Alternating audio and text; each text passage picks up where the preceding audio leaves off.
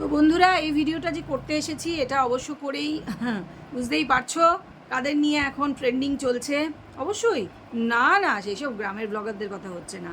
আরে ভাই, আমাদের টক্সিক বক্স নামটা আমার দেওয়া অতি অবশ্যই নয়, নামটা আমাদের দেবচন্দ্রিমার দেওয়া। আজকে নাম নিয়েই বলবো, কারণ ও নিজে একটা কমেন্ট করেছে কিরণের কমেন্ট বক্সে, এবং যে এরা দুজনেই কার প্রাক্তন প্রেমিকা টক্সিক বক্সের সবাই জানে।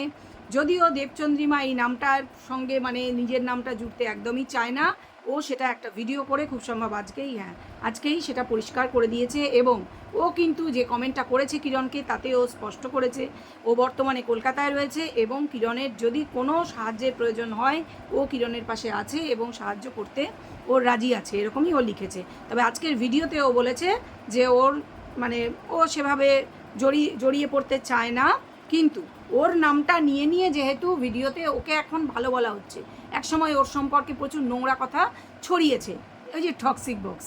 ঠিক আছে, বুঝতেই পারছো কার কথা বলছি। আরে হ্যাঁ, সেই আদু আদু কথা বলা, শুনে শুনে দেখতে ছেলে, যে ভীষণ ইনোসেন্ট কিউট মুখ করে মেয়ে ভুলিয়ে বেড়ায়, একের পর এক প্রেম করে।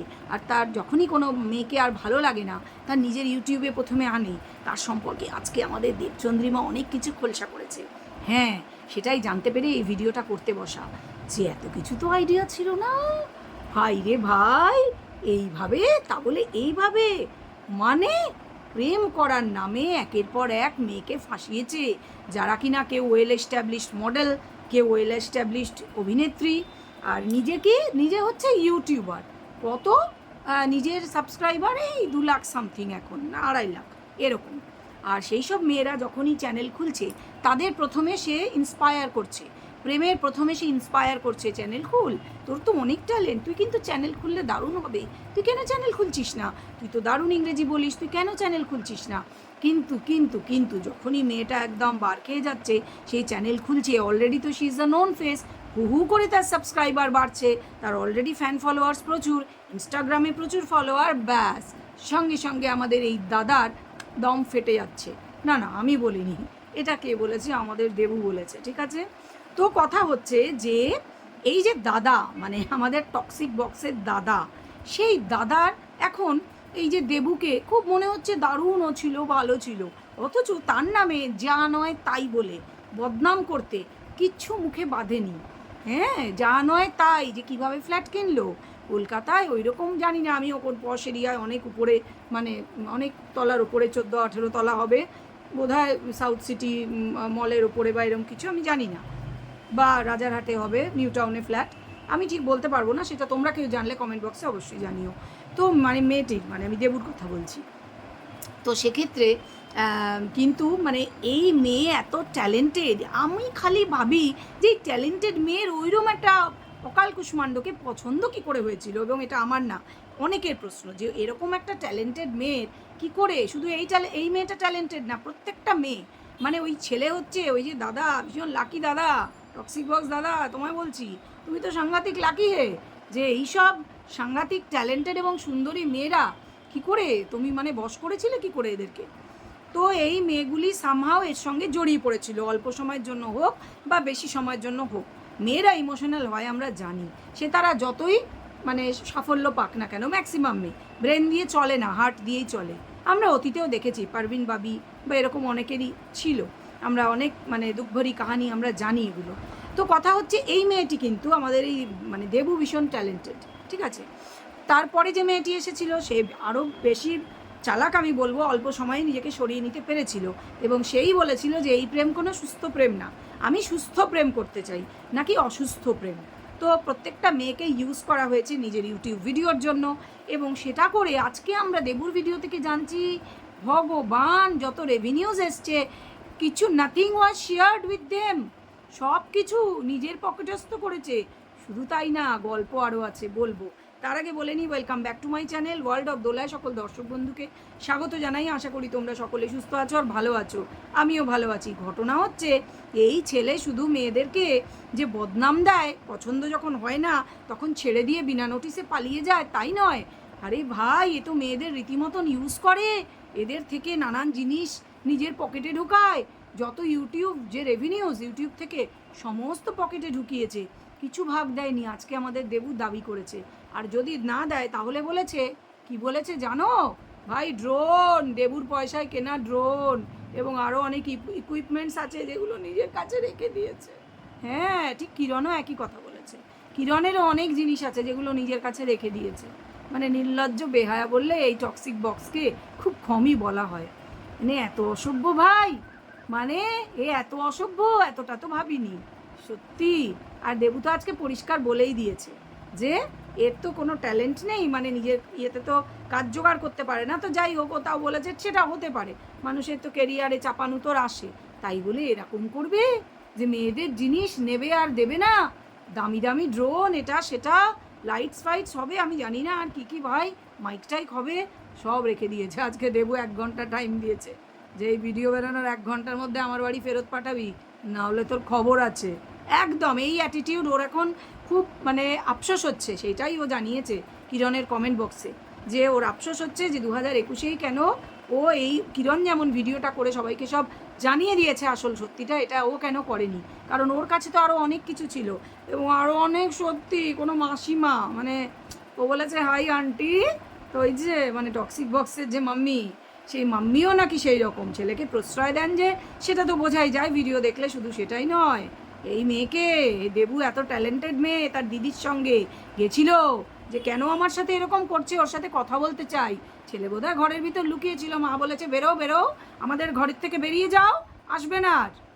এই হচ্ছে ব্যবহার। সেই মেয়ের ড্রোন আটকে রেখেছে, হ্যাঁ সেটা উনি জানেন তো, কি দেবুর আন্টি আপনাকে বলছি, জানেন তো ছেলে মেয়েদের সঙ্গে প্রেমের অ্যাক্টিং করে আর তাদের কি কি আটকে রাখে। বন্ধুরা দাঁড়াও, আরও আছে, যারা দেখোনি ভিডিওটা আমি বলছি, আরও ঘটনা আছে ভাই। এই ছেলে কি জিনিস, এই ছেলে কি জিনিস। অনেকেই ভেবেছিল যখন জন্মদিন পালন করতে সেই থাইল্যান্ড না কোথায় গেছিল এরা, সেই সময় এ বোধহয় মেয়েটি বোধহয় ছেলেটির পয়সায় গেছিল, এই রকমই ভাইবস দেওয়া হয়েছিল। ঘটনা পুরোই উল্টো। 6 লাখ টাকার আজকে হিসাব দিয়েছে ও খরচ হয়েছিল, এবং সেই 6 লাখ টাকার মধ্যে 2.5 লাখ টাকা অন্তত ওর পাওনা হয় এই ছেলের কাছ থেকে। টোটাল খরচ 6 লাখ টাকা হয়েছিল। তো 2.5 লাখ টাকার মধ্যে ও বলছে আমি 50,000 ডিসকাউন্ট দিলাম, 50,000 ছাড়, 2 লাখ তো ভাই ফেরত দে। মেয়ের পয়সায় ঘুরতে গিয়ে লজ্জা করে না, লজ্জা করে না? হ্যাঁ, নিজের রোজগার নেই বেশ মানা গেল, তাই বলে মেয়েটার পয়সায় ঘুরতে গিয়ে সেই মেয়েটার সাথে এত দুর্ব্যবহার করে, আবার সেই মেয়েটারই নামে বাজে কথা বলে, আজকে আবার তাকে কাজে লাগানো হচ্ছে তার নামটাকে। আজকে সে একজন সাকসেসফুল ওম্যান।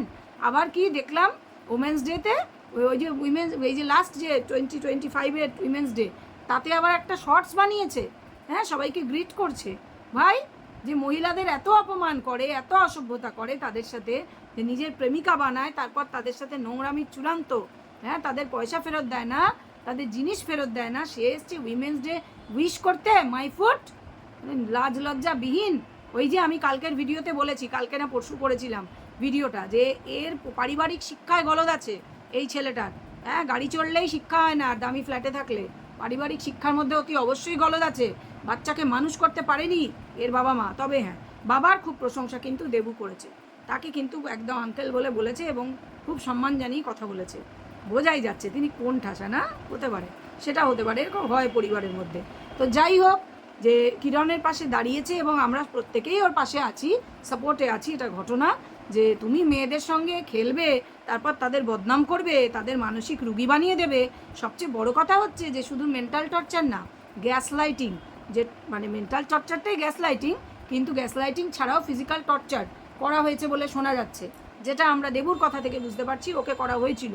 ও যদিও পাল্টা একদিন হাত তুলেছিল, ও বলে দিয়েছে সেটা, কারণ ও জানে এই কথাটা উঠবে, হয়তো এই কথাটা নিয়ে হয়তো বলবে, তাই ও আগেই বলে দিয়েছে, ও বলার আগে, ছেলেটা বলার আগে।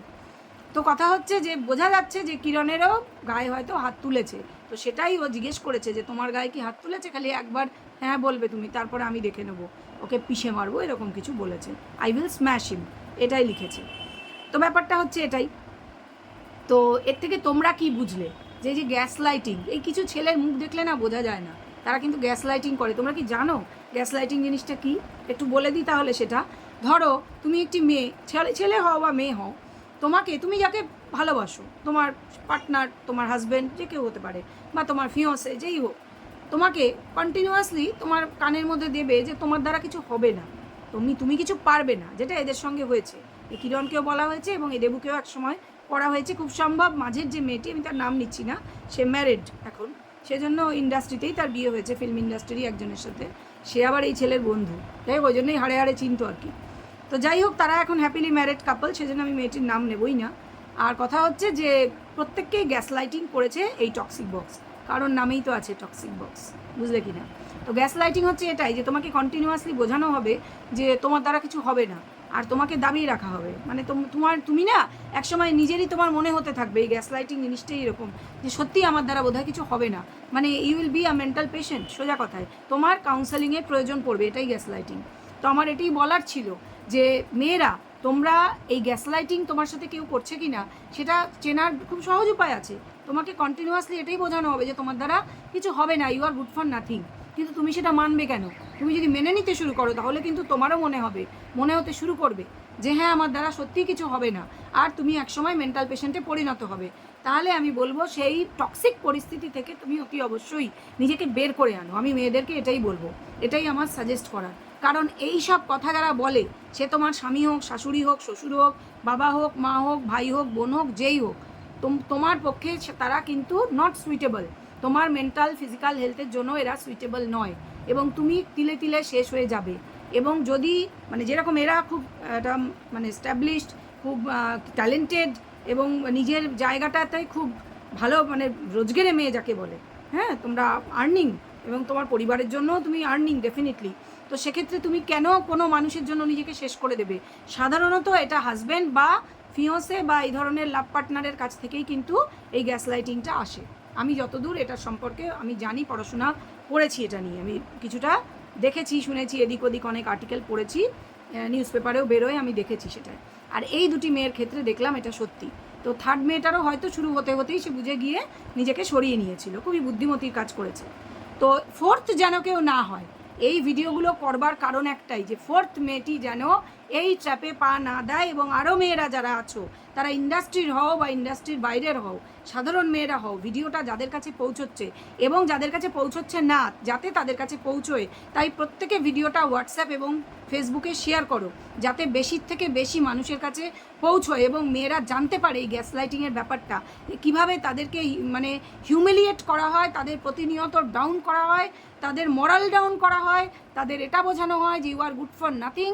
যদিও তুমি যথেষ্ট প্রতিষ্ঠিত নিজের জায়গায়, তবুও তোমাকে এটা করা হয় পারপাসলি।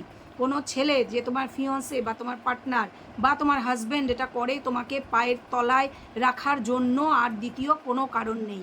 তো মেয়েরা, তোমরা আজকালকার যুগে এই 2025 সালে এটা কেন মেনে নেবে? এটা থেকে বেরিয়ে আসার উপায় একটাই, পরিস্থিতি থেকে নিজেকে বের করে নাও, নিজেকে কাউন্সেলিং করাও। সেরকম বুঝলে আমার কিরণকে দেখে মনে হয়েছে ওর ইমিডিয়েট কাউন্সেলিংয়ের প্রয়োজন, হয়তো কাউন্সেলিং করিয়েওছে ও, না হলে বিষয়টা থেকে বেরোতে পারতো না। কিন্তু এখন আবার hour story, hour side of story না কী সব এইসব বলে ওকে নিয়ে আবার শুরু করেছিল ক্যাচাল টক্সিক বক্স, সেই জন্য ও ব্যাপারটা নিয়ে আবার ভিডিও করতে বাধ্য হয়েছে। আদারওয়াইজ ও কিন্তু বিষয়টা সামনে আনেনি, যদিও ওই ভিডিওটা করে ও খুব ভালো কাজ করেছে, কারণ এইবার এই ছেলেটির শাস্তির দিকে ওকে নিয়ে যেতে পারা যাবে বলে মনে হচ্ছে। আর কথাটা হচ্ছে যে আর চতুর্থ মেয়ে যেন এর ফাঁদে পা না দেয়, কারণ এরা ফাঁদ পাতে, এই ধরনের ছেলেরা ফাঁদ পাতে। ফাঁদটা হচ্ছে প্রেমের ফাঁদ, ফাঁদটা হচ্ছে যে প্রথমটায় মিষ্টি মিষ্টি কথা, তুই তো ভীষণ ট্যালেন্টেড, ইউটিউব কর, তোর মধ্যে সব ট্যালেন্ট একদম ভরভরকে হয়, তারপরেই শুরু হয়ে যাবে গ্যাস লাইটিং। তো মেয়েরা সতর্ক হও, সচেতন হও। এই ভিডিওটা যতজনের কাছে পৌঁছচ্ছে প্রত্যেকে একটা করে শেয়ার করো, যাতে বেশির থেকে বেশি মানুষ এই গ্যাস লাইটিং সম্পর্কে জানতে পারেন, নিজেদের মেন্টাল এবং ফিজিক্যাল হেলথকে যারা সঠিক রাখতে পারেন, যাতে সেই জন্য এটা বেশি মানুষের কাছে পৌঁছানো প্রয়োজন। তো চলো ভিডিওটা এখানে শেষ করব। সবাই ভালো থেকো, সুস্থ থেকো। ভিডিও ভালো লাগলে অতি অবশ্য লাইক করবে, চ্যানেল ভালো লাগলে, আমার কথা ভালো লাগলে সাবস্ক্রাইব করে আমার পাশে থাকো। আরও নতুন নতুন এরকম ভালো মোটিভেশনাল ভিডিও তোমরা এখানে পাবে, কন্ট্রোভার্সিয়াল এবং মোটিভেশনাল ভিডিও আমি বানাই। তো চলো এখন তাহলে আসি।